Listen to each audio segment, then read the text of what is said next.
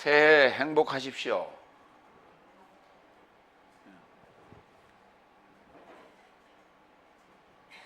서양 사람들은 새해 복 많이 받으세요 그러죠. 우리는 새해 행복하십시오. 오늘은 새해 2018년 새해 첫 주일 예배입니다. 오늘 이제 신년 설교를 해야 되는데 금년도 표는 나라의 복음을 선포하자. 여러분 주보에 그렇게 표시되어 있습니다. 한번 보시기 바랍니다. 다 같이 따라합니다. 나라의 복음을 선포하자. 이미 설명했기 때문에 나라의 복음이 뭔지는 아실 겁니다. 그래서 나라의 복음을 선포하자. 이렇게 마태복음 24장 14절 기억하면서 금년 한 해 여러분들이 명심하고 좀 더 성숙하고 이제는 그리스도인으로서의 어떤 삶을 다하는 그러한 한 해가 되기를 축원합니다. 신년 설교는 지난주에 마태복음 15장 계속 이어서 오늘도 말씀을 나누겠습니다. 마태복음 15장 29절로 39절 길 안에서 풀어지지 않도록 이런 주제로 말씀 나누겠습니다. 첫 번째 마태복음 15장 29절로 31절 갈릴라야 해변에서 치유 사역. 첫 번째 29절 다 같이 읽겠습니다. 그리고 예수는 거기서 이동하여 갈릴라야의 바닷가에 오셨고 산에 이르고자 올라가 거기 앉으셨더라. 거기서 이동했다고 하는 그곳은 티로스와 시돈입니다. 티로스가 아래에 있고요, 시돈이 좀 위쪽에 있습니다. 그래서 티로스를 거쳐서 시돈에서 이제 사역하시고 그리고 이동하여 갈릴라의 바닷가에 오셨다 그랬는데 마가복음 7장 31절의 내용을 참고하면 예수께서 다시 티로스와 시돈의 지역에서 나와 데카폴리스 지역의 중심부를 끌어올리고 갈릴라야 바다를 향하여 가셨다 이렇게 돼 있어요. 그래서 그 티로스와 시돈에서 갈릴라야 바다로 오시는 그 과정에 경유지가 하나 있는데 거기가 바로 데카폴리스라고 하는 곳이에요. 데카폴리스라고 하는 지역은 갈릴리 바다를 중심으로 동편에 저쪽 상부 다메섹에서부터 시작해서 저 아래 빌라델피아까지 10고을을 묶어서 하나의 폴리스로, 데카라는 단어가 열이라는 단어예요. 10고을을 묶어서 하나의 어떤 연합체를, 공동체를 형성하고 있었던 곳이다. 그러니까 거기가 어느 지역이냐면 루벤과 므낫세, 그리고 므낫세 반지파,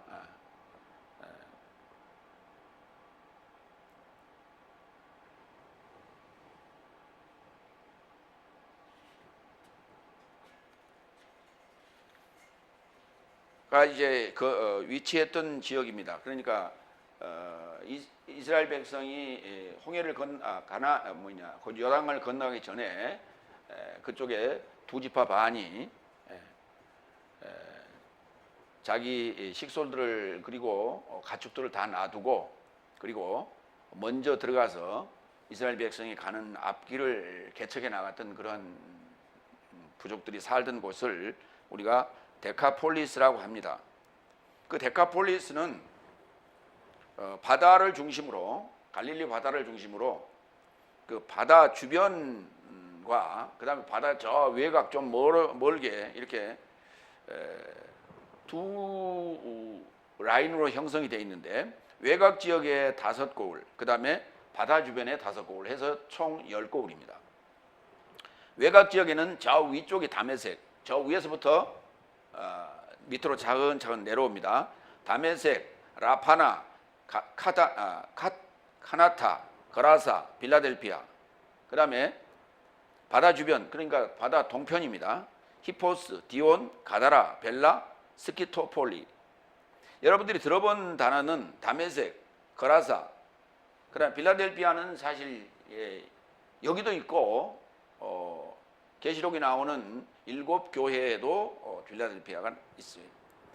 그다음에 가다라 지방, 이거 아마 들어보셨을 거예요. 그 외에는 아마 생소할 겁니다.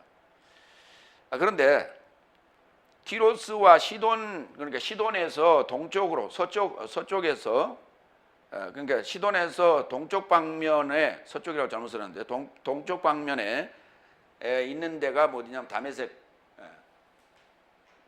정확하게 표현하면 다마스커스라고 합니다. 지금 시리아의 수도가 되죠. 시리아의 수도가 됩니다. 그렇기 때문에 마가복음에는 그거를 이렇게 썼어요. 데카폴리스 지역의 중심부를 끌어올리고 그랬어요. 그러니까 그 중심부가 어디냐? 위치상으로는 카나타나 아니면 가다라 지방 정도가 중심부가 돼요. 위치상으로는, 지정학적으로. 그러나 지금 다메섹이 옛날에도 그렇고 지금도 그렇고 상당히 중요한 고을이었다. 그래서 지금도 다메섹이 수도가 됐고, 사도 바울이 복음을 증거하던 지역도 다메섹이 나옵니다. 그래서 거기를 중심부라고 볼 수 있는 거예요. 그곳을 끌어올리고 그렇게 표현했어요. 그래서 거기서 12시 방향 대각선으로 내려오면은 갈릴리 북부가 되겠습니다. 그런데 갈릴리 북부 그 해변가를 오신 게 아니라 해변가 근처에 있는 산에 오셨다 그랬어요. 그 산의 위치를 보면 다볼산이라고 하는 산이 하나 있고, 저 한참 위에 올라가면은 헐몬산이라는 산이 하나 있는데, 헐몬산에는 눈이 만연설이 쌓여 있죠. 그래서 헐몬산에는 올라가지 않았을 것이고, 당연히 다볼산, 우리가 변화산이라고 일컫기도 하는 그 다볼산에서 오늘 이 역사가 진행된다, 이렇게 보시면 됩니다. 다볼산이라고 하는 단어는 신약에는 나오지 않고 구약에만 언급이 됩니다. 타보르라고. 그래서 타보르라는 뜻은 파산 또는 깨진, 이런 의미를 가진 단어입니다. 그래서 그곳에서 오늘 많은 이 병자들을 치유하시는 장면이 등장합니다. 두 번째, 30절. 그리고 큰 무리 삶이 저 삶에 결합하여 절름발이 삶과 소경 삶과 벙어리 삶과 불구 삶과 다른 많은 삶을 데리고 그에게 다가와서 예수스의 발삼 곁에 저 삶을 내던지자 그가 저 삶을 치료하셨다. 예수님께서 이제 그 갈릴리 주변에서 사역을 시작하실 때도 많은 병자들을 치료하십니다. 그런데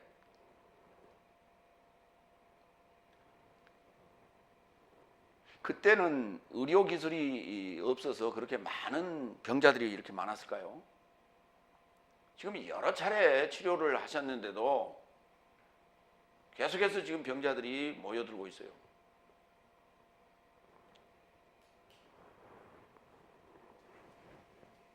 이 신체적 병자들로 묘사를 해놨습니다만 사실은 이게 영적인 병자들이에요. 근데 문제는 이들을 데려다가 예수스의 발삼 곁에 저 삶을 내던졌다고 그랬어요. 내팽개쳤어요.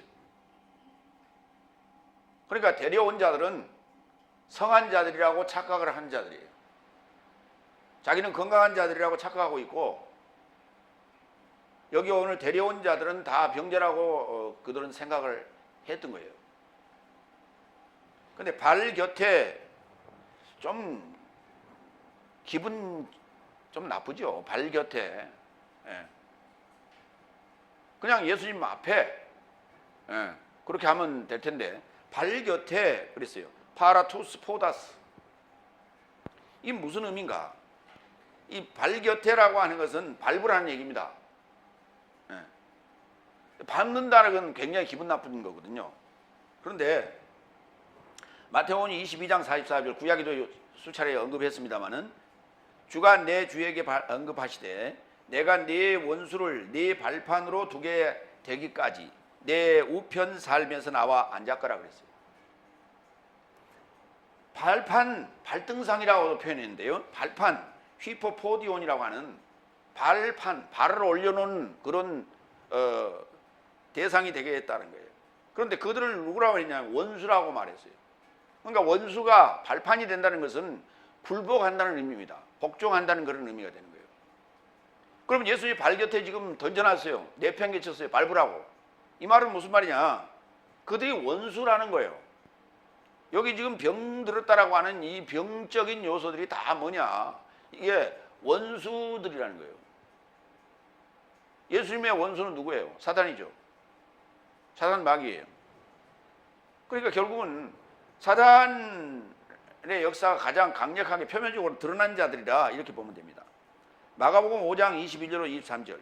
그리고 보니 야이로라 이름하는 회당장 삶의 하나가 와서 예수를 보고 발 아래 엎드려 그를 간청하여 간절히 말하되 내 딸이 최후를 붙잡고 있으니 오셔서 그에게 손을 얹으시면 그가 구원을 얻어 살게 될 것입니다. 회당장 야이로가 그 딸을 구원해 달라고 예수님께 와서 간청할 때 예수님의 발 아래 엎드려 그랬어요. 이게 사단이 지금 주님 앞에 엎드리는 상황이에요. 사단이. 그러니까 이 사단을 스스로 이길 수는 없지만 그 의지로 지금 주님 앞에 나온 거예요. 주님 앞에 나왔다라고 하는 건 굉장히 중요한 거예요. 사단은 주님 앞에 나오지 못하게 하는 게 사단이에요.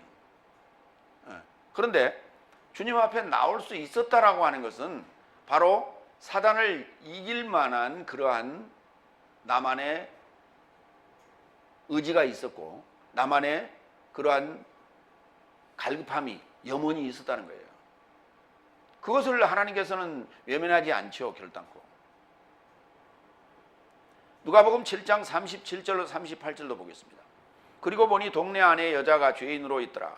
그가 바리새인의 집 안에 기대어 있는 것을 알고 향유의 옥합을 가져와서 그의 뒤 발 곁에 서서 울며 그 발을 눈물로 적시기 시작했고 그녀의 머리털로 닦고 그의 발을 입맞추고 향유로 바르더라.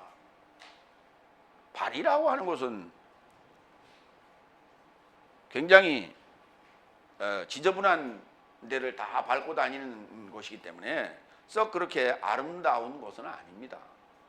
그런데 그 발에 향유를 붓고 자기 머리털로 닦고 그리고 발에 입을 맞췄다. 얼마나 감사했고 얼마나 보고 싶었고 얼마나 공경하면 이러한 행동을 하시겠어요. 그러니까 우리가 믿는다, 구원을 얻는다라고 하는 것은 이러한 마음 자세예요. 이 마음 자세가 없으면요 구원을 얻을 수 없어요. 사람을 공경하는, 지도자를 공경하는, 주님을 공경하는 이 자세가 없이는 하나님은 절대 역사하지 않습니다.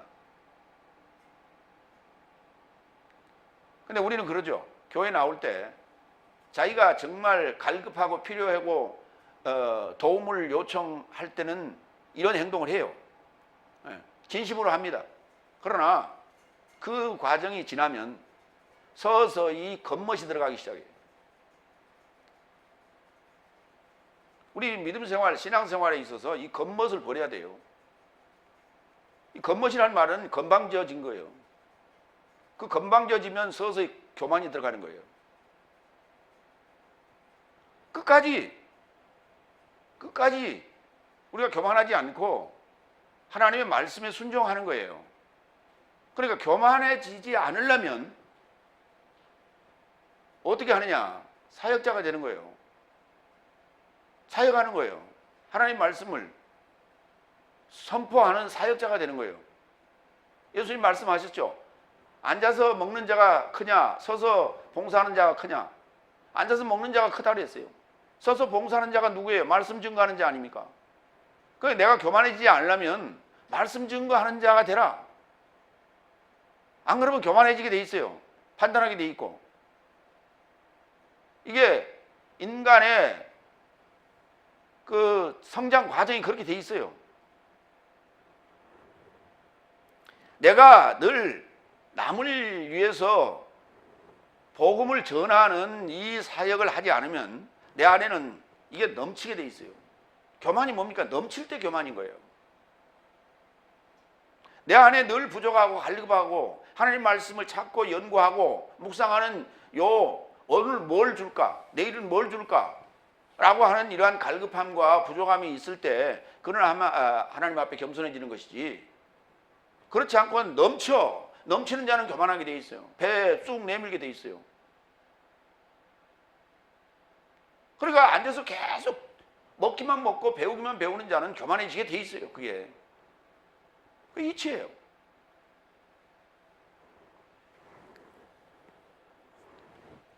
계시록 1장 17절로 18절. 그리고 그때 내가 그를 알아보고 그의 발 삶을 향하여 죽음같이 쓰러지자 그가 나를 접해 그의 오른손을 더하시고 내게 말하되 두려워 말라. 나는 첫째와 최후이고 나는 산자이며 내가 죽음이 발생했으나 보아라, 나는 현세 삶에 속한 내세 삶에 이르고자 살아있다. 아멘. 그러므로 나는 음부와 사망의 자물쇠를 가진다. 빛난 주석 같은 발이었습니다. 그 발 앞에, 그러니까 오늘 이 막달라 마리아가 예수님의 발에 향유를 붓고 머리털로 닦고 입 맞출 수 있었던 거예요. 그 발로, 그 영광스러운 발인 거예요. 우리 속담에 이런 말이 있죠. 마누라가 예쁘면 저같이 말뚝 보고도 절을 한다고. 저같이 말뚝이 그게 무슨 가치가 있다고 그쪽에 또 절을 합니까? 다 이뻐 보이는 거예요. 그게. 그러니까 하나님을 내가 공경한다라는 최고의 그 행위가 발을 붙잡는 거예요. 발을 붙잡는 건 간절함이죠. 간절함과 굴복이에요. 이수일과 심순애 여러분 그 심파극을 아시죠? 나를 버리지 말라고 심순애가 이수일의 그 발을 붙잡잖아요. 놔라. 못 찢어지겠다. 그런 우리가 있잖아요. 그런 의미예요. 이게 간절함과 애절함과 그 다음에 굴복. 나는 당신의 종입니다. 라고 하는 모습이에요. 오늘 그런 의미로 여기 이 다볼산에서 예수님 앞에 나온 많은 영적인 병자들 이 치료를 받았다고 그랬어요. 그런데 31절에 그들에 대해서 이렇게 얘기했어요. 그들이 하나님을 영화롭게 하는데 그들만 하나님이 영화롭게 한 게 아니라 그들을 데려왔던 자들이 그들도 함께 하나님을 영화롭게 합니다. 그런데 거기 뭐라고 써있냐? 31절에 이같이 말하는 벙어리 삶을, 말하는 벙어리 삶이 어디 있어요?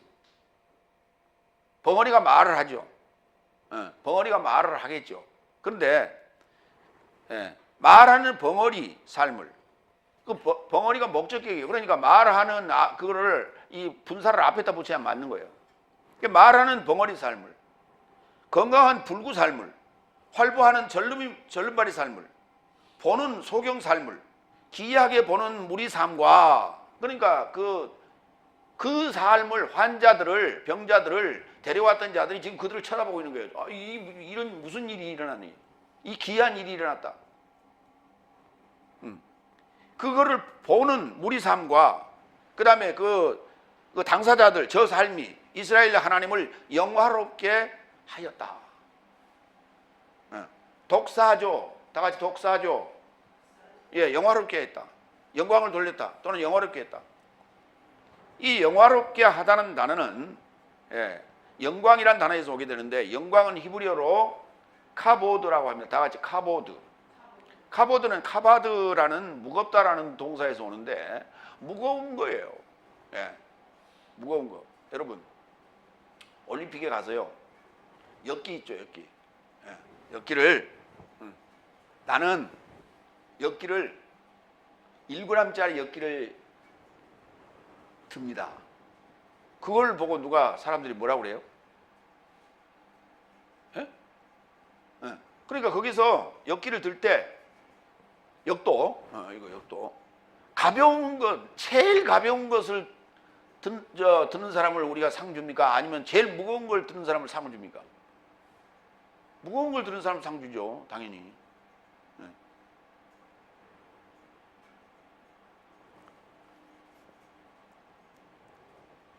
창세기 이 카바드 좀 보겠습니다. 무겁다라는 거예요. 어떻게 표현되는가? 창세기 13장 2절. 아브라함에게 육축과 은금이 풍부하였더라. 풍부하다는 단어가 이게 무겁다는 단어예요. 카바드. 응? 여러분, 은금이 많으면 어때요? 무거워, 가벼워? 에? 무겁다니까. 금이 굉장히 무거워요. 금이 무거워. 그래서 화산이 폭발하면 그 안에 금이 녹아서 하늘로 분출했다가 떨어질 때 금이 먼저 떨어진대요. 무거우니까. 쟤는 나중에 떨어지는 거예요. 돌 가운데 떨어지고 위에 재가 붙는 거예요. 금이 쫙 아래에 있는 거예요. 화산재 떨어질 때. 그래서 금이 무겁대. 욥기서 6장 1절로 3절. 욥이 대답하여 이르되 나의 괴로움을 달아보며 나의 파멸을 저울 위에 모두 놓을 수 있다면 바다의 모래보다도 무거울 것이다. 바다의 모래보다 무거울 것이다. 그러므로 나의 말이 경솔하였구나. 경솔하다는 말은 가볍다는 얘기예요. 가볍게, 툭 가볍게 내 던졌다, 그런 얘기예요. 바다의 모래보다도 나의 괴로움이, 나의 파멸이 무겁다. 바다의 모래가 그게요. 한번 생각해 보세요. 돌이 쪼개져서 모래가 되는데 그게 돌이 쪼개져서 모래가 되기도 하고 그 다음에 흙이 섞인 돌이 쪼개져서 모래가 되기도 합니다. 그러면 그게 돌이 쪼개져서 모래가 됐을 때는 거의 모래가 돼서 거기서 움직이고 있지만 흙이 섞인 그러한 돌이 쪼개졌을 때는 흙은 저 바다로 내려가고 거기 모래톱에 걸린 것들은 다 무거운 것들이에요. 이게 시편 50편 15절. 환난 날에 나를 부르라. 내가 너를 건지리니 네가 나를 영화롭게 하리로다. 네가 나를 영화롭게 하리로다. 그럼 어떻게 하면 영화롭게 하는 거예요? 여기 무겁다라는 개념이 뭐냐면 이런 거예요. 환난 날에 나를 부르라. 그러면 내가 너희를 건지는데 그러니까 그들을 건져낼 수 있는 능력을 내가 가지고 있다. 그들을 치유할 수 있는 능력을 내가 가지고 있다. 그들을 구원할 수 있는 능력을 내가 가지고 있기 때문에 영광 받는 거예요. 그것이 무거운 책임인 거예요. 이게 무거운 중임인 거예요. 그래. 중책. 그래요. 우리가 무거울 중자를 써서 중책. 우리가 거듭난다는 말도 영어로 쓸 때, 한문으로 쓸 때 그게 중자를 써요. 그게 거듭남. 중생이라고 그러죠. 거듭남을 한문으로 쓰면 중생인데 그 중자를 무거울 중자를 써요. 그러니까 무슨 말이냐면 무겁게 태어난다는 거예요. 어떤 중요한 책무를, 어떤 중요한 임무를 가지고 태어난다는 거예요. 누구? 자기 형제들을 구원해야 되는 그러한 중요한 책임을 가지고 태어났다. 그래서 중생이라고 하는 거예요. 그걸. 그러니까 믿기만 하면 구원이라고 하는 말은 그건 아주 씨알데기 없는 소리예요. 일하지 않은 자에게 누가 구원을 줍니까? 구원은 상급인데 아무것도 안 했는데 무슨 놈은 상급을 줘요? 믿는 게 그거 무슨 대수예요? 믿었으면 뭔 일을 해야 될 거 아닙니까? 믿음의 표를 내야 될 거 아니에요? 그것이 믿음의 행위예요. 당연히 내가 복음을 가졌으면, 복음화가 됐으면 나팔 불야지요. 나팔 불지 않은 자가 무슨 놈의 상급을 받아요? 구원이 어디가 있어 그에게?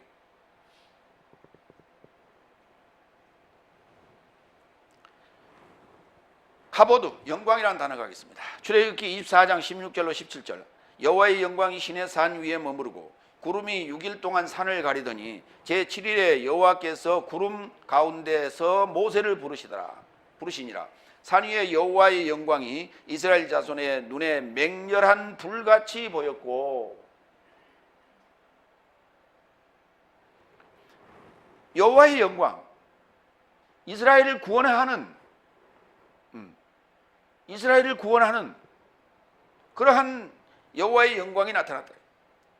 그 영광이 그저 뭐 어떤 광채로 빛나고 그런 모습으로 지금 묘사되고 그렇게 우리가 상상하고 있는 것이지만은 그 영광이라고 하는 것이 뭐냐? 그러니까요, 대통령이나 옛날 임금이 백성들을 잘 구제하고 국가를 잘 지키고 그리고 힘든 자들의 어떤 그 애로를 다 이렇게 들어주고 그럴 때 영광을 받는 거예요. 그때 칭송을 받는 거예요.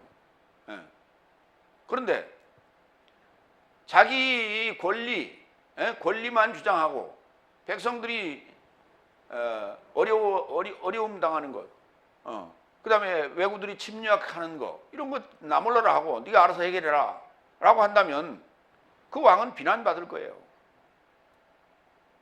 지금 현재 대통령들 보세요. 역대 대통령들 자기 뱃속 채우고 사사로운 이익을 위해서 일을 하다가 국가를 위해서 일을 하지 아니하고 그렇게 일하다가 그 말로가 보세요. 그만두고도 지금 괴롭잖아요. 대통령을 임기를 마치고 나서도 지금도 지금 여러 가지 일에 연루돼 가지고 부정에 연루돼 가지고 아마 지금 얼마 있으면 또 새로운 대통령 전 대통령이 하나 지금 소환될 지금 상황에 있어요.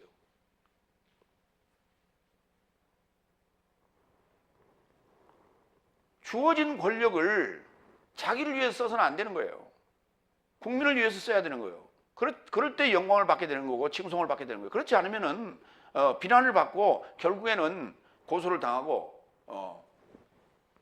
감방을 갈 수밖에 없는 거예요. 이거 얼마나 참 비참한 일이에요. 특히 그 중에 믿는 자들이 있다면 그건 정말 얼마나 참 불행한 일이에요. 그거는 하나님을 욕되게 하는 행동이에요. 그게. 이사야 40장 5절 여호와의 영광이 나타나고 모든 육체가 그것을 함께 보리라. 대저 여호와의 입이 말씀하셨느니라. 여호와의 영광이 뭐하러 나타나요? 육체를 구원하기 위한 거 아닙니까? 육체 안에 나타나시게 되는 거예요. 에스겔 43장 2절로 4절 이스라엘 하나님의 영광이 동쪽에서부터 오는데 하나님의 음성이 많은 물소리 같고 땅은 그 영광으로 말미암아 빛나니 그 모양이 내가 본 환상 곧 전에 성읍을 멸하러 올 때에 보던 환상 같고 그발강가에서 보던 환상과도 같기로 내가 곧 얼굴을 땅에 대고 엎드렸더니 보세요. 영광이 나타날 때 땅에 얼굴을 대야 돼. 이게 굴종의 의미예요. 복종의 의미예요. 여호와의 영광이 동문을 통하여 성전으로 들어가고 영이 나를 들어 데리고 안뜰에 들어가기로 내가 보니 여호와의 영광이 성전에 가득하더라. 어디 들어왔어요? 자기 안에 들어왔다고 말이에요. 하나님의 성전이 된 내 안에 들어왔다고 말이에요. 내 안에 들어왔는데 내가 지금 어떻게 했어요? 얼굴을 땅에 대고 엎드렸다고 그래요.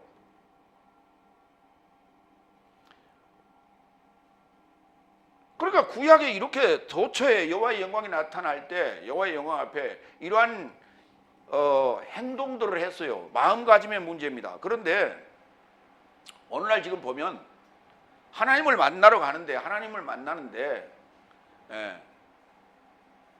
마음가짐이 전혀 안 돼 있어요. 마음가짐이 전혀 안 돼 있어요. 마음가짐은 행동으로 나타나는데 마음가짐이 안 돼 있어. 친구 만나러 가는 것도 아니고 취미생활 하러 가는 것도 아니고 하나님 말씀을 받을 때 감격함이 없어. 왜? 사모함이 없기 때문에 그런 거예요. 사모함이 없기 때문에.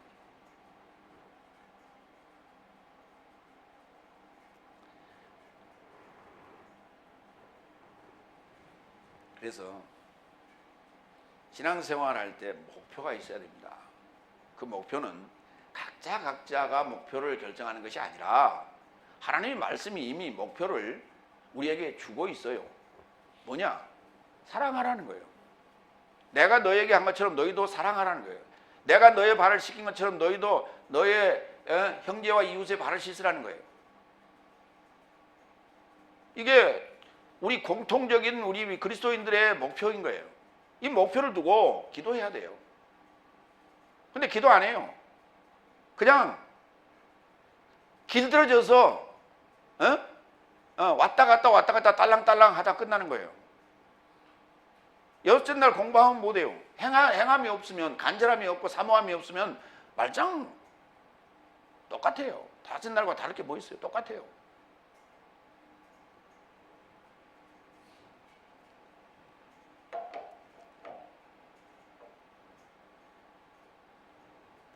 목사님이 문제죠. 목사님이 어떻게 하느냐에 따라서 우리는 그렇게 합니다. 그럼 목사님이 그러면은 지옥 가면 너희도 여러분도 따라갈 거예요? 내가 지옥 가자고 그래요? 천국 가자고 그래요? 천국 가자고 그러지 내가 지옥 가자고 그랬어요? 근데 목사님 하게 해달라 했습니다. 자기 구원을 위해서 하라는 거지. 내가 하게 해달라 했다. 그건 다섯 날 하는, 다섯 날 신앙생활이에요. 그렇게 다섯째 날 지도자들은 어떻게 하든지 성도들의 호감을 살려고 귀에 간지러운 이야기들을 해야 되는 거예요. 그래서 마지못해 나오는 거예요. 안 나오려고 생각했다가도 나오는 거예요. 이야, 오늘 목사님 내가 이번만 한번 나가가지고 어떻게 하는가 보려고 나갔는데 나갔더니 막 그냥 얼마나 나한테 친절하게 하는지 내가 그래서 그냥 그 앞에서 내가 아주 녹아버렸다. 그래서 내가 나가기로 했다. 그건 인간적인 행동이에요. 예수님께서 절대 그렇게 행동하지 않았어요. 예수님은 이미 선포한 법대로 하시는 거예요. 하나님 나라에 입성하는 문제가, 구원을 받는 문제가 법에 의하여서 처리하는 거지 인정에 의하여 처리하는 게 아니에요. 그 인정에 의하여 처리하지 않는다라는 얘기가 외모를 보지 않는다는 얘기예요. 겉모습을 보지 않는다는 거예요. 중심을 보신다는 얘기예요. 그 얘기가. 이제 그러한 얍삽한 생각은 버려야 돼. 신앙생활. 이제 여섯 날 신앙생활에서는 내 앞길 내가 챙겨가는 거예요. 오늘 설교를 들으면서 목사님 이 얘기는 왜 안 했지? 그래야 돼요. 설교를 들을 때. 왜 이 얘기는 안 하고 넘어가시지? 난 궁금해 죽겠는데. 그래야 되는데 아이고 왜 이렇게 많아?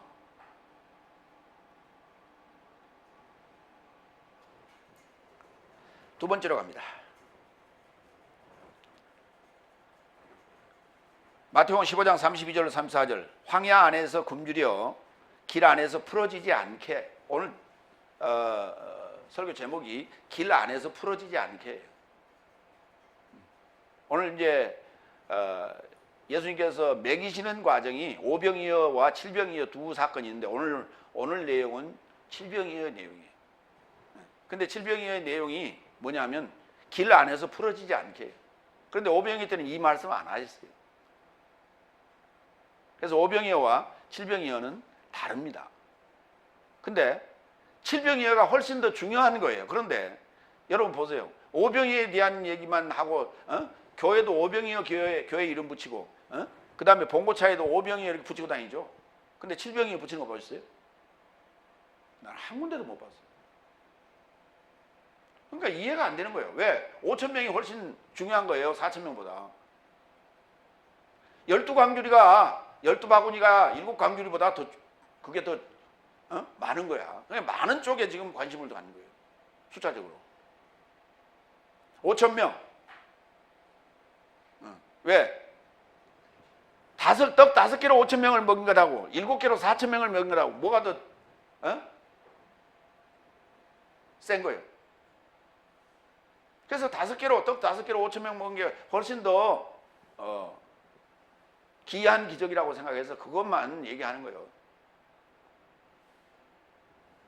32절 그러자 예수스는 그의 제자 삶을 소환하여 언급하였다. 내가 무리 삶을 접해 불쌍히 여긴다. 이는 이미 저 삶이 3일 삶을 나에게 향하여 머물고 무엇도 먹지 못하고 있으니 저 삶이 길 안에서 언제나 지치지 않게 거기 풀어지지 않기로 바꾸세요. 저 삶을 굶겨 해산하길 나는 원치 않는다. 여러분 금식 해보신 분들은 알아요. 3일 동안 금식하자 한 것도 아니고 3일 동안 여기 지금 산에 모여가지고 치료하고 3일 동안 그렇게 했으면 잠도 안 잤다는 얘기 아닙니까?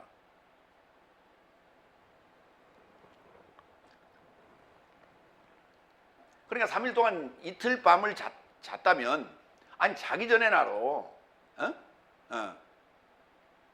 식사하고 잤을 거 아니에요. 그리고 예수님께서 치료하실 때 몇 명씩 놓고 한꺼번에 이렇게 했을 거 아니에요. 그렇죠? 이렇게. 그러면 나머지는 다 뭐 하고 있어요? 뒤에서 다 대기하고 있잖아요. 그 사람들은 뭐 해야 돼? 그 시간에 밥 먹어야 되잖아요. 준비해 온 거 아니면 뭐 그동안에 야 지우지야 몇 사람 좀 내려갔다 와 동네. 아무래도 시간이 걸릴 것 같으니까 우리 먹으면서 견디자. 그랬을 거예요. 그때는 파는 데가 없었다고요? 오병이어 때를 보면 얘기가 이게 있어요. 왜? 이게 그걸 사러 가는데 거기에 얼마나 많은 비용이 들까요? 그런 얘기가 나온단 말이에요. 그런 걸 보면 주변에 파는 데가 있었어요. 여기는 지금 가버나움 근처입니다. 그렇기 때문에 가버나움은 당시에 상당히 번창했던 고을이에요. 그렇기 때문에 거기 가서 분명히 먹을 걸 살 수가 있었어요. 3일 동안 안 먹었다면 이 사람을요, 이거 기진맥진해서 지금 보통 상황이 아닌 거예요. 예. 근데 뻥을 쳐도 이런 뻥을 치면 어떻게 돼요? 이게 지금 그 우리가 생각하는 하루 이틀 3일 그런 개념이 아니단 말이에요. 이들이 3일 동안을 못 먹었다는 얘기는 뭐예요? 넷째 날, 다섯째 날, 여섯째 날, 지금 여섯째 날 아닙니까? 아무것도 못 먹었다고 말이에요. 하나님 말씀, 영양가 있는 말씀을 못 먹었다고 말이에요. 그러니까 그 다음에 뭐라고 그랬어요? 저 삶이 길 안에서 언제나 풀어지지 않게 저 삶을 굶겨서 해산하길 나는 원치 않는다. 그러면 저들이 지금 여섯째 날과 일곱째 날을 통과할 수 있는 그러한 영양가 있는 말씀을 내가 지금 먹이고 싶다는 거예요. 지금 그걸 지금 빵으로 지금 설명하고 있는 거예요. 길 안에서 보겠습니다. 엔테호도 길 안에서 여러분 거기가 지금요 산이 우리나라 이렇게 산처럼 산림이 울창한 산도 아니고요. 그리고 그렇기 때문에 여기 지금 이렇게 오늘 지금 여인과 훈유가 외에 4,000명이 모였잖아요. 이 많은 사람들이 모였는데 어떻게 길로만 쫙 따라가겠습니까? 그리고 이게 지금 표현을 할 때 이렇게 써야 돼요. 저 삶이 길 안에서 언제나 풀어지지 않게가 아니라 저들이 집으로 돌아갈 때 지치지 않도록 뭐 이런 식으로 써놔야 되는 거예요. 근데 그 길 안에서 이렇게 해놨어요. 아니 사람들이 그렇게 많은 사람들이 이동을 하는데 그 길 따라갈 사람이 어디가 있어요? 여러분 여기 지금 여기 말고 제주도로 생각합시다. 제주도 가면 이게 볼떡볼떡 솟아있는 걸 뭐라고 그래요? 오름이라고 하죠. 그 오름에 나무가 있는 오름도 있지만은 대다수의 오름들은 이게 거의 민둥산이에요. 그렇죠? 그 잔디만 이렇게 있는데 그 산에 길이 있어요? 따로? 길이 있는 데도 있어요. 일부러 길을 내놓는 데도 있어요. 그런데 그렇지 않고 몽땅 위에서 정월 초하는 날 해맞이를 하고 나서 거기서 몇백 명이 동시에 자 갑시다 그러고 내려가는데 길 따라 쭉 내려갑니까? 나무도 하나도 없는데 잔디밭인데 우르르 사방팔방으로 다 내려갈 거 아니에요. 근데 길이라는 말을 굳이 쓸 필요가 뭐가 있냐 말이에요. 여기하고 비슷하단 말이죠. 지금 위치가.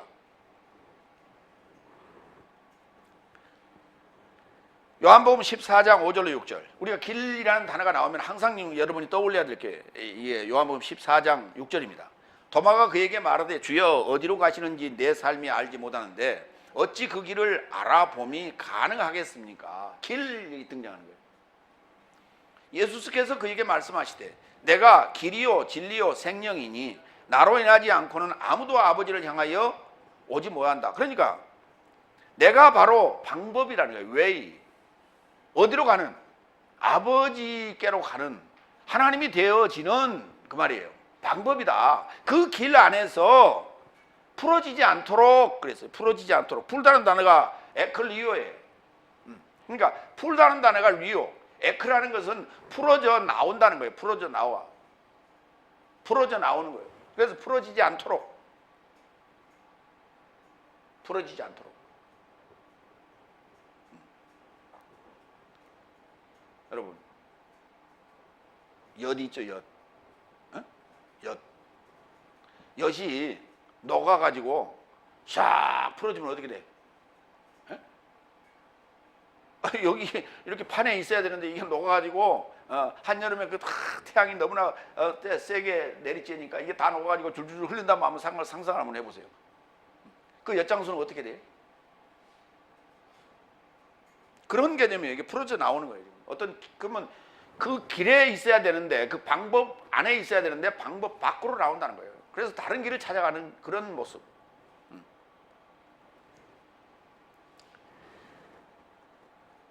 여기 길이요 진리요 생명이라고 했는데 이 생명이란 단어 다시 한번 좀 설명하고 나갑니다. 조에란 단어인데요.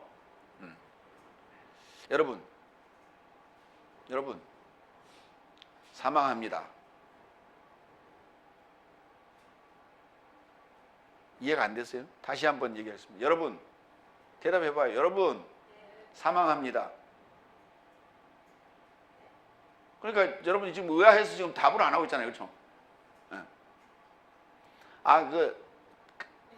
이 얘기를 하려고 그러는 거예요. 다 같이. 여러분, 사랑합니다.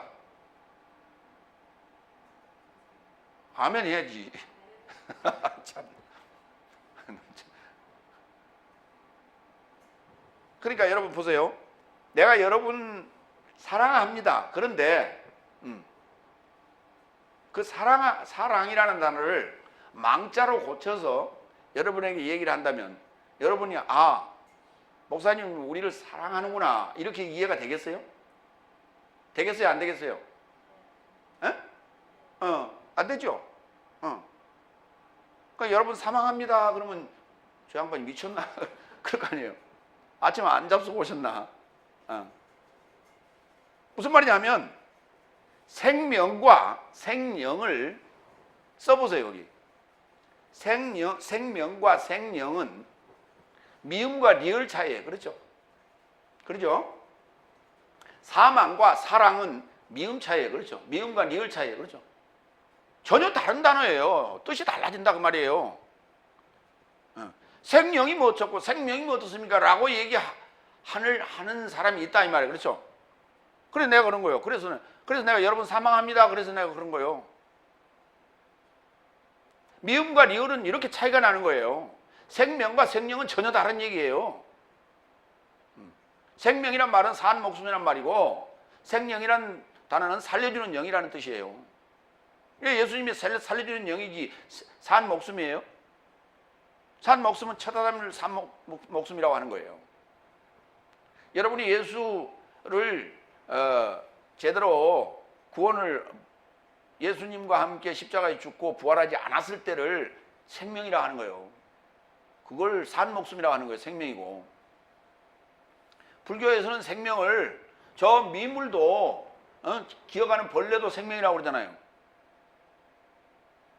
그러면 처다담이 결국은 미물이란 얘기예요. 처다담이. 그런데 불교에서는 그 미물도 생명을 존중한다고요. 그래서 생명 존중이에요. 그게. 근데 예수님이 갖다 생명이라고 그러면 뭐 어떻게 되는 거예요? 예수님 미물이란 얘기예요? 하나님 미물이라고?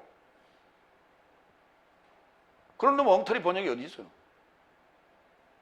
그 얘기나 여러분 사망합니다나 똑같은 얘기라니까. 이해가 됐어요? 네. 그러니까 앞으로 이제 생명이라고 하시고 성경에 산송가 이렇게 나올 때 전부 다 생명으로 나온 건 전부 다 생명으로 바꿔서 하시라고. 생명으로 안 바꿔서 하면 나는 당신을 사망합니다 하고 똑같은 소리예요. 아시겠죠? 그게 머리에 떠나면 안 돼. 나는 길이요 진리요 생명이다. 내가 곧 방법이다. 내가 곧 진리다. 내가 곧 살리는 영이다. 그랬어요. 살려주는 영이다. 예수님께서. 그 안에 있을 때 풀어져서는 안 되겠다. 마태복음 13장 19절 나라의 말씀을 듣는 모두가 이해하지 못하면 나쁜 자가 와서 그의 마음 안에 뿌려진 것을 빼앗는다. 이 자가 길가에 뿌려진 자이다. 그러니까 길 안에 있어야 되는데 길가에 있는 거예요.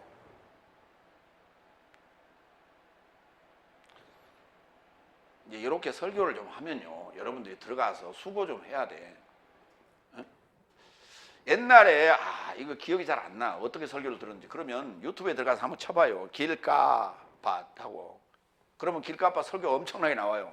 그거 한번 들어봐요. 뭐라고 설교를 하시는가. 그래야 이게 비교가 되고 그렇구나. 이게 이해가 되고 와닿는 거예요. 근데 그런가 보다. 길가밭이면 어쩌고. 나는 길가밭 아니요. 길 안에 있다. 방법 안에 있느냐, 방법 밖에 있느냐예요, 이게. 이걸. 그러니까 이렇게 해설을 안 해주면 그냥 읽어서 이해가 얼른 안 된다니까요. 그냥 읽으면 뭐라고 이해해? 길가밭. 그래서 지금 다섯째 날이 얘기하는, 설교하는 그런, 해설하는 그런 내용으로 그냥 이해하고 마는 거예요. 예. 그래서 어떤 내용을 바꿔줄 때 확실하게 내 것으로 만들어야 된다고. 그렇지 않으면은 돌아가요, 도로 돌아가. 여러분, 이게 나무가 한쪽으로 이렇게 휘어져 있는 나무가 있죠, 가지가. 그래서 그걸 이제 정원에 옮겨놨는데, 이걸 이제 잡기 위해서 이쪽에 말뚝을 쳐놓고 줄을 당겨가지고 이렇게 휘어진 걸 이렇게 잡아 매놓은 것 혹시 보셨죠? 예. 그런데 그게 계속 매놔야 돼요, 그렇죠? 완전히 휘어졌던 게 제대로 이렇게 정상으로 설 때까지 이게 그걸 계속 매놔야 돼요. 그런데 여기 공부나 우리 주일 예배는 그렇게 할 수 없잖아요. 여기 와서 공부하는 시간, 여기 와서 설교 듣는 그 시간만 잡아 이렇게 매놓는 거예요, 그렇죠? 그러다가 그 상태로 계속 가세요, 일주일간 가세요로 보낸 거예요, 그렇죠? 그 보냈는데 집에 가서 어때요? 계속 매놔야 되는데 매놓을 수 있어요? 그러니까 매놓았던 거 잊어버리고 걸거치니까 그냥 줄 풀어버리는 거예요. 그럼 다시 어때요? 해. 그럼 또 다음 주일날 또 오면요, 또 매놓는 게 또요, 그렇죠? 이걸 계속 반복하고 있는 거예요, 지금 우리는. 이 일을.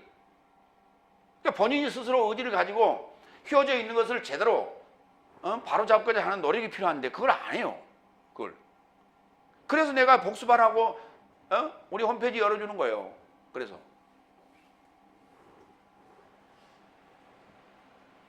갈라디아서 6장 9절.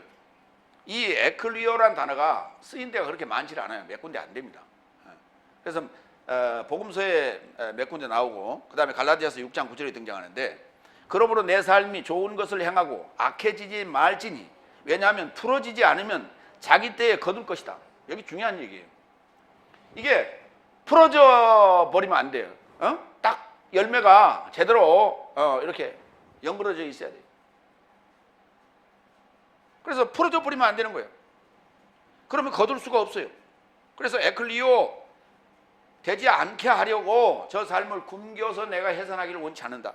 맥에서 보내자. 예수님께서 그렇게 말씀하십니다. 오병이어 사건하고는 좀 달라요, 내용이. 다섯 번째, 33절, 34절. 그러자 그의 삶이 그에게 말한다. 이 많은 무리 삶을 배불릴 만큼 이 많은 빵 삶이 황야 안에서 내 삶에게 어디로부터 옵니까? 그러자 예수는 저 삶에게 말씀하신다.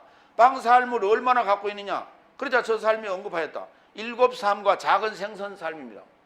아니, 빵이 7덩어리하고 생선이 조금 있었어요. 그럼 왜 안 먹었어, 이거?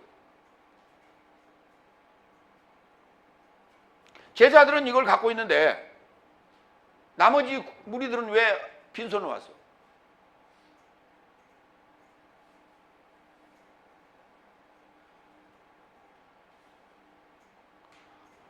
아니, 7덩어리면 이게 반쪽 쪼개면요 14쪽이 돼, 그렇죠? 에? 그러면 예수님까지 하면 13명 아닙니까? 제 아들 12하고. 그럼 반쪽이 남죠?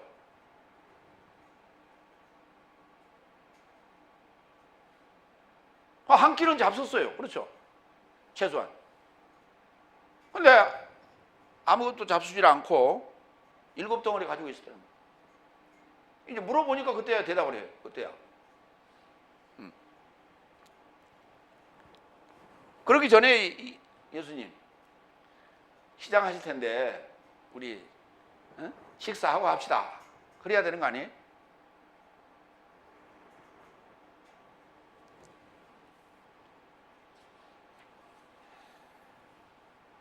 이 황야 안에 빵 삶이, 여러분, 황야 안에 빵 삶이 있었어 없었어? 대답해봐요. 지금 황야 안에 빵 삶이 있었어 없었어? 있었잖아요. 있었잖아요. 7덩어리가 있잖아요. 그래놓고는 시치미를 뚝 떼고 지금 자기들은 뭐라고 그래요?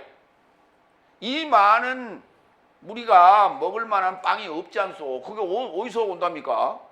그러고 얘기하고 있는. 지난번에 오병이어 사건을 경험했지 않습니까? 떡 5개로 5,000명을 먹였지 않습니까? 그러면 오늘 지금 떡이 7덩어리나 있다니까. 근데 모인 인원은 그때보다 좀 적어요.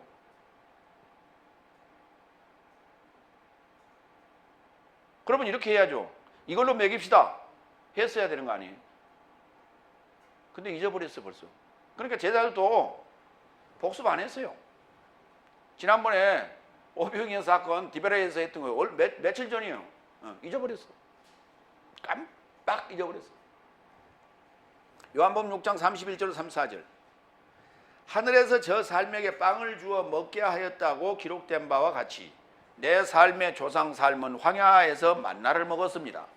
그런즉 예수께서 저 삶에게 언급하되 내가 진실로 진실로 네 삶에게 말한다. 하늘에서 나온 빵을 모세가 준 것이 아니라 오직 내 아버지가 하늘에서 낸 참빵을 네 삶에게 준다.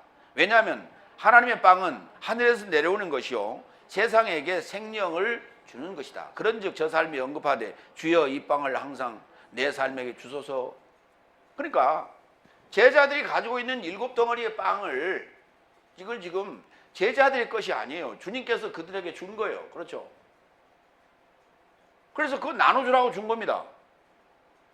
근데 그들은 지금 그거 가지고 있는 것도 깜빡 모르고 이 많은 빵이 어디서 옵니까? 여러분, 우리가 주는 빵은, 다시 말해서 하나님께서 하늘에서 내리는 빵은, 세상에서 주는 빵은요, 아까 제가 설명하듯이 7덩어리가 있으면 반쪽씩 쪼개면은요 14명이 먹을 수 있어요. 그렇죠? 그게 세상의 빵이에요. 그러나 하늘나라에서 주시는 그 생명의 빵은 7덩어리 가지고 4,000명도 먹이고 8,000명도 먹이고 7,000명도 먹일 수 있어요. 그게 하늘나라의 빵이에요. 여러분이 가지고 있는 빵 가지고 수만 명도 먹일 수가 있어. 근데 빵 그러니까 나한테 무슨 빵이 있어요 그런다고.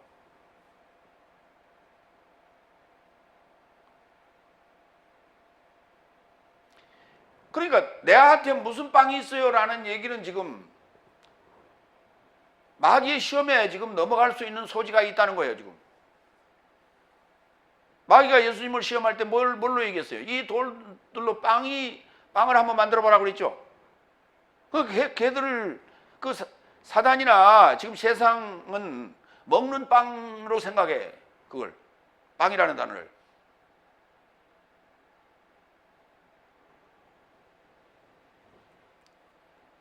여기 이 아르토스라고 하는 이 빵은요 온전케 하는 거예요. 온전케 하는 거예요. 우리 여러분, 세상에서 우리가 먹거리를 먹으면은 우리 몸은 온전케 되는 거예요. 점점 낡아지는 거예요. 점점 낡아지죠. 점점 낡아집니다. 위가요 점점 낡아져요. 그래서 이게 쓰다 보면요, 이게 고철이 됩니다. 고물이 돼. 그래서 낡아져서 병이 와. 그래서 위장병이 생기고, 그다음에 대장암이 생기고, 이게 다 이게 잘못 써서 그런 거예요. 오래 쓰다 보니까 그렇게 되는 거예요.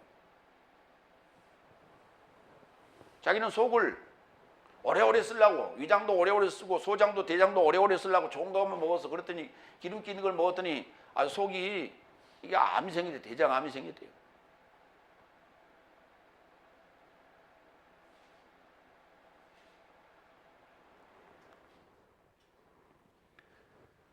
빵 삶을 얼마를 갖고 있느냐 그랬더니 7삶과 작은 생선입니다. 근데 이제 다른 성경에는 그게 2마리 생선이라는 표현이 나와요. 요한복음 6장 48절 51절. 그러니까 7빵을 이렇게 이해하시다고요. 내가 생명의 빵이다. 예수님은 전혀 지금 지난번 오병의 때도 그렇지만은 지금 이 질병 사건에도 전혀 걱정 한마디도 안 하세요. 예수님 저기 빵 잡수셨어요? 안 잡수셨어요? 배고프면 잡수셨다니까. 잡수셨어요. 그러면 그거 빵을 몰라. 그런데 예수님이 말씀하실 때는 그 빵을 얘기하는 게 아니라니까. 그 빵 얘기하려고 우리가 교회에 옵니까? 교회 와서 설교 듣는데 도덕과 윤리 얘기 들으러 여기 옵니까? 설교 들으러? 예수 잘 믿으면 부자 되고 돈 많이 벌고 좋은 데 시집가고 장가가고 그렇습니다. 그 세상적인 복이거든요. 저기 목사님이 경제학 박사예요. 돈 버는 그 방법을 아시고 계세요? 그분이?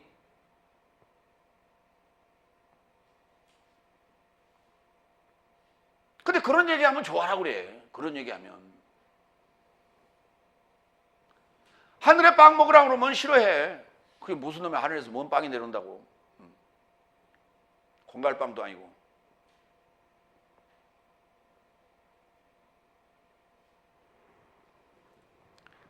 내가 생명의 빵이다. 49절. 네 삼조상의 삶은 황야 안에서 만나를 먹고 죽었어도 지금 하늘에서 나서 내려오는 이 빵은 누구나 먹고 죽지 않게 하려는 것이다. 나는 하늘에서 나서 내려온 살아있는 빵이니 누구나 이 빵을 먹으면 내세적 생명에 이르고자 살 것이다. 그리고 내가 줄 빵은 내 살인데 세상의 생명을 위하여 내가 줄 것이다. 그런데 이것도 먹으면 죽어요. 이것도 먹으면 죽어요. 근데 이걸 먹으면 죽는데 왜 줍니까? 그러니까 다섯째 날 서기관 바리새인 사두개인들이 주는 교훈은 그거 먹으면 죽어요. 그거 먹으면 그냥 영영 부활할 수 없는 통째로 죽어요. 근데 예수님이 주시는 요 살빵은 참 재밌어요. 무슨 빵? 살빵. 살빵이라고.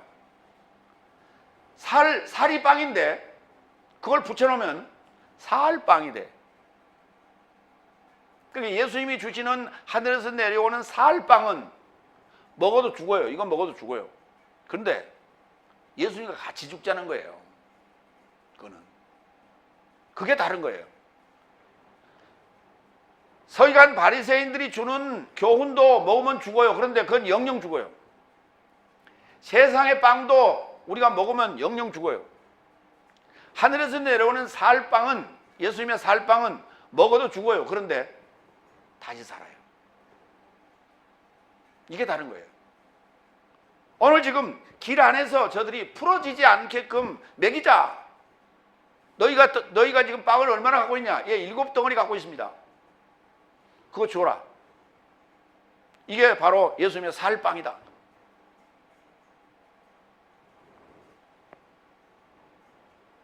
근데 그들은 자기가 갖고 있는 게 뭔지 몰랐어요. 자기가 지금 뭘 가지고 있는지 몰랐어요. 여태까지 들었는데도 몰랐어요. 자기가 빵인지 몰랐어요. 요한복음 6장 63절. 살리는 것은 영이요. 다 같이 살리는 것은 영이요. 육은 아무데도 필요하지 않다. 살은 아무데도 필요하지 않다. 내가 네 삶에게 이른 해설 삶이 영이요 생명이다. 어? 주님께서 제자들에게 지금 말씀하신 그 해설이 뭐였다고요? 생명의 빵이라고요. 생명의 빵이었어 그게. 예. 그러면 7덩어리라고 그러니까 여러분 한번 생각해봐. 12명인데 12명인데 7명 빼면 몇 개요? 몇 개 남아? 5개 남죠? 그러니까 야, 빵을 가지고 있지 않는 5은 누굴까? 그렇게 생각하지 마세요. 그 숫자적으로 7이라는 7이 아니고 맹세라는 빵이에요. 맹세빵. 다 지금 맹세빵. 예. 맹세코 그 7날에 완성의 날에 도달하는 빵이라고 이게. 이 빵이.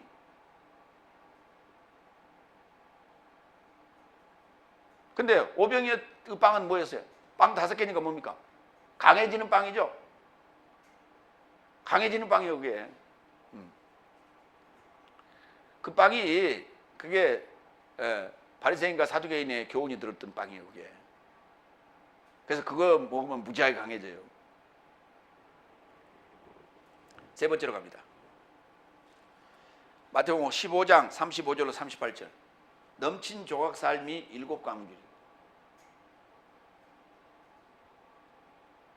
7덩어리 빵을 나눠줬더니 7광주리가 거둬졌어요.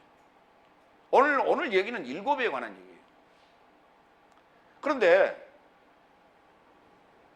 그러니까 7을 나눠줬더니 도로 7이에요. 지난번에는 5을 나눠줬더니 12이었죠. 그 12는 뭐를 얘기해요? 12제자들을 얘기하는 거예요. 생령화된 12왕. 생명이 왕노릇하는 12. 그 상황. 제자들을 얘기하는 거예요, 지금. 제자들. 사망이 왕노릇하느냐, 생명이 왕노릇하느냐, 그거 깨달으라는 거였어요. 오늘은 너희가 맹세의 날에 도달해야 된다라고 하는 요거 지금 깨닫는 거예요. 그 7날에 관한 얘기를 지금 하고 계시는 거예요. 너희는 지금 몇째 날이냐? 저들은 지금 몇째 날이냐? 너희들이 지금 6째 날이면 쟤들도 지금 6째 날에 함께 합류할 수 있도록 너희가 가지고 있는 걸 나눠줘라 빨리. 6번째 36절.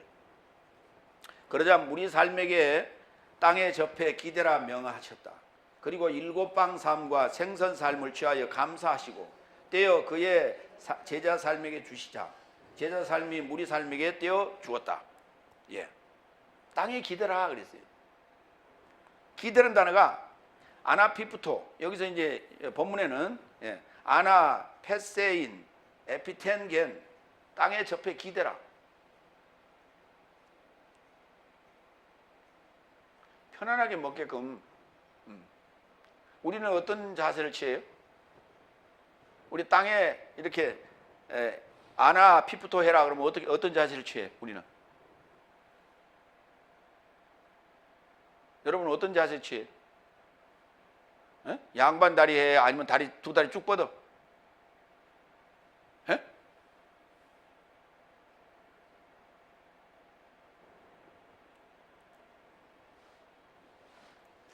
이 서양 사람들은 양반 다리를 못 하대요. 양반 다리를 못 하고 양반 다리하고 밥 먹고 나더니 다리가 저려갖고 뭐 걸어가지는 거 하더라고.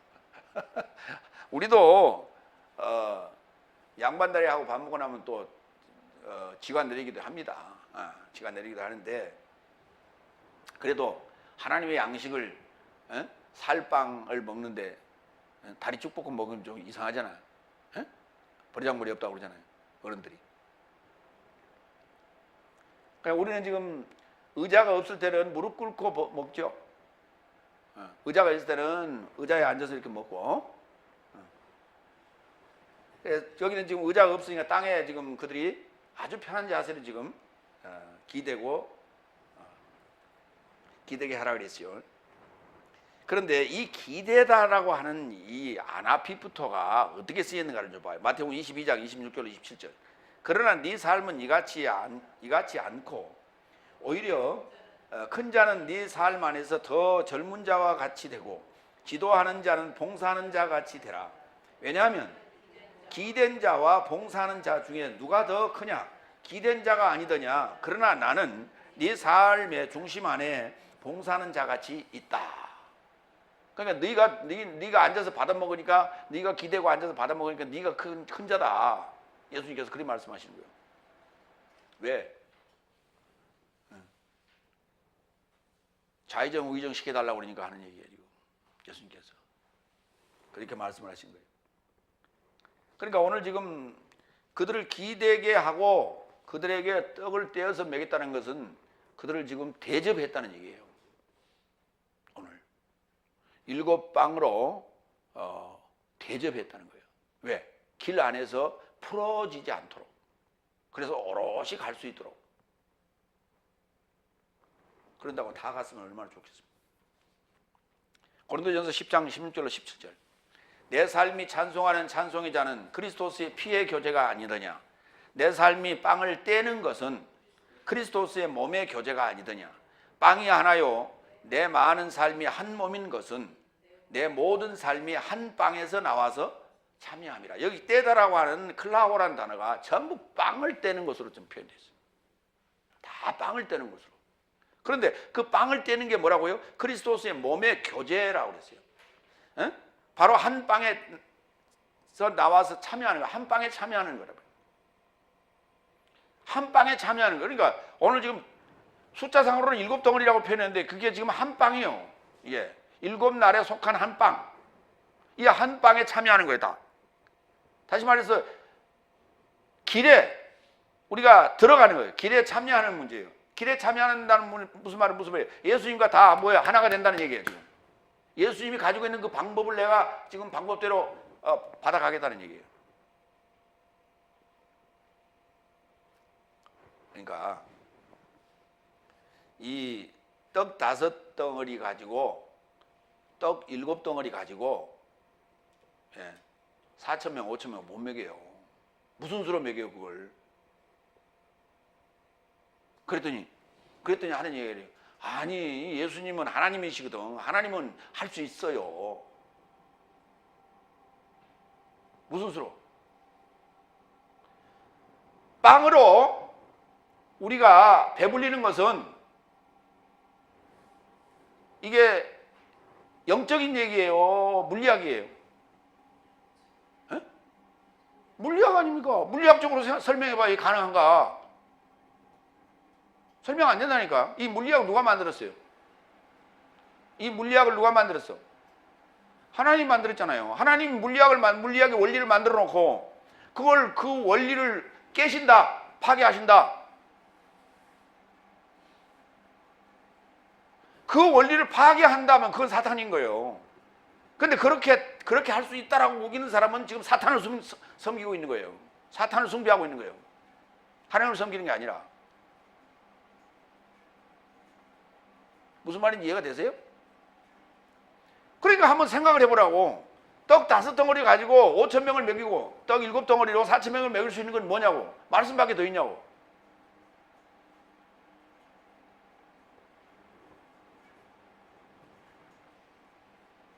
일곱 번째, 그리고 모든 삶이 먹고 배불리게 되었고 조각 삶에 넘친 것을 7 광주의 삶에 가득하게 거두었다.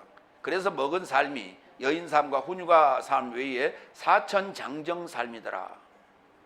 오병이어로 거둔 12바구니는 생명이 왕노로 다하는 제자 삶이라면, 여기 오늘 7병이어 사건은 로 거둔 그 4천은 맹세교회의 사자 삶이에요. 응? 뭐가? 7 광주리가. 7 광주리가 맹세교회의 7이 맹세교회의 사자 삶이에요. 그러니까 빛의 사역이란 말이에요, 오늘. 4천 삶은 본성이 묶인 장정이에요. 본성이 묶이지 않으면 안 돼. 14만 4천 될 수도 없고, 천년 그 왕국에 들어갈 수도 없어. 천년이 뭐예요? 그 본성이 묶이는 거예요. 본성이 탈바꿈하는 거예요. 오늘 여기 4천은 본성이 묶이는 얘기를 하고 있다고.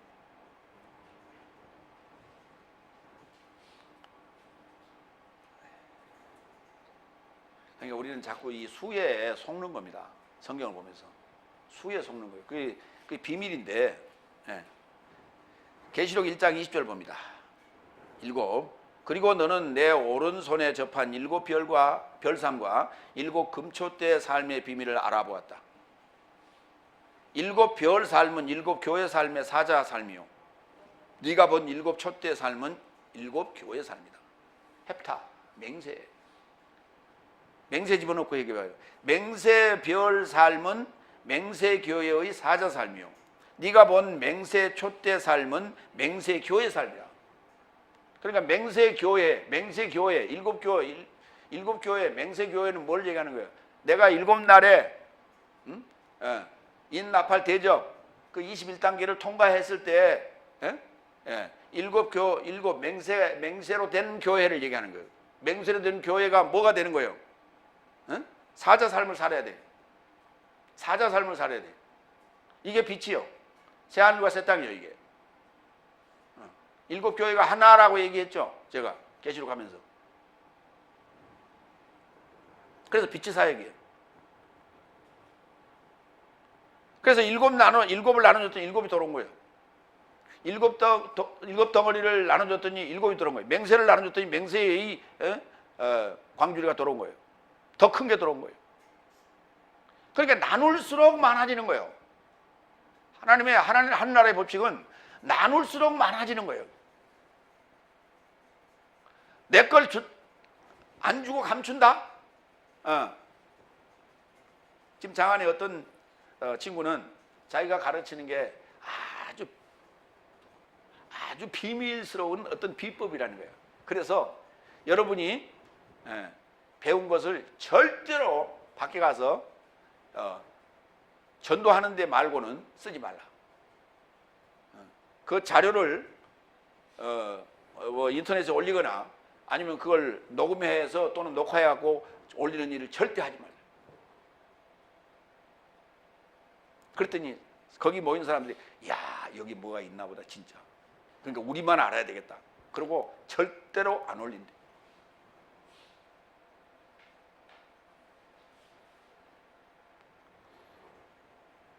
나눠야 커지죠. 그럼 목사님은 다 오픈을 해가지고 그게 얻은 게 뭐입니까? 지금 오늘 이 상황입니까? 여러분 그렇게 생각할 수 있죠. 아직 끝나지 않았어요. 아직 끝나지 않았어. 바알에게 무릎 꿇지 아니한 7천이 있다 그럴 때 그들이 모여 있습니까? 모여 있는 건 아니에요. 숫자상으로 계산할 때 모여 있는 건 아니에요. 어딘가 이렇게 산재에 있어요. 우리가 바둑을 둘 때 멀리 포석을 이렇게 두는 그 바둑은 도대체 바둑을 어디다 두는 거야?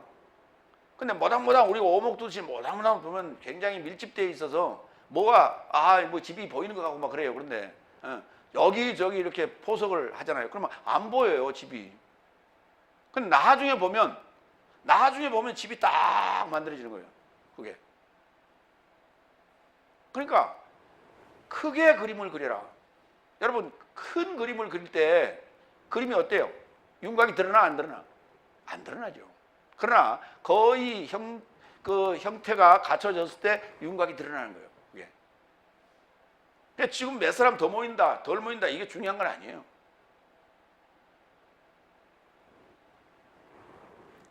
여덟 번째 39절. 그리고 예수는 무리 삶을 해산하시고 배에 이르고자 승선하시고 막달라 지역 삶에 이르고자 가셨다. 그러니까 이 지역이 그가 지금 다볼산에서 내려오시면 거기가 가버나움 정도입니다. 가버나움 정도 아니면 베세다 정도예요. 거기에서 배를 타시고 저기 9시 방향으로 왔어요. 제가 얘기했죠. 막달라 지역이 9시 방향이라고. 근데 오늘 우리 개혁성경이 이걸 뭐라 하냐면 마가단이라고 표현했어요. 마가단이라는 단어는 없어요. 막달라라는 단어예요. 이 마가단이라는 단어는 알란드 역본에 있고요. 그리고 NIV가 마가단으로 번역했습니다. 그리고 우리 개혁성경도 마가단으로 번역해놨습니다. 그러나 스테판 성경에는 막달라로 돼 있어요. 킹제임스 버전도 그건 좀 모르겠네요. 네, 막달라. 자, 보겠습니다. 막달라는 단어는 신약 성경에 딱 한 번 나와요. 오늘 여기 본문에. 막달라는 단어는. 근데 우리는 막달라 마리아라는 말 많이 들어보셨죠? 많이 들어봤어요. 그런데 그러면 왜 그 단어 할 때 막달라는 단어를 안 썼을까? 예. 지난번에 우리가 가나안 여인 그랬죠. 정확하게 표현하면 가나안인 여인이에요. 유대 사람 그러잖아요. 유대인 사람이 맞는 거예요. 그게 여기 막달라인 마리아예요. 그래서 막달라 마리아를 표현할 때는 막달라 마리아 이렇게 쓰는 게 아니라 막달레네 마리아 이렇게 쓰는 거예요. 막달레네, 이게 막달라인이라는 뜻이에요. 우리가 코리아하고 코리안 그러죠. 코리아 하면 한국, 그 다음에 코리안 하면 한국 사람, 한국인 그렇게 되잖아요. 그런 개념이에요. 막달라라는 단어는 히브리어의 믹달에서 왔어요. 믹달, 다 같이 믹달. 예, 이 단어는 까달, 커지다라는 단어예요. 커지다라는 단어에 맴이 접두돼가지고 명사가 된 거예요.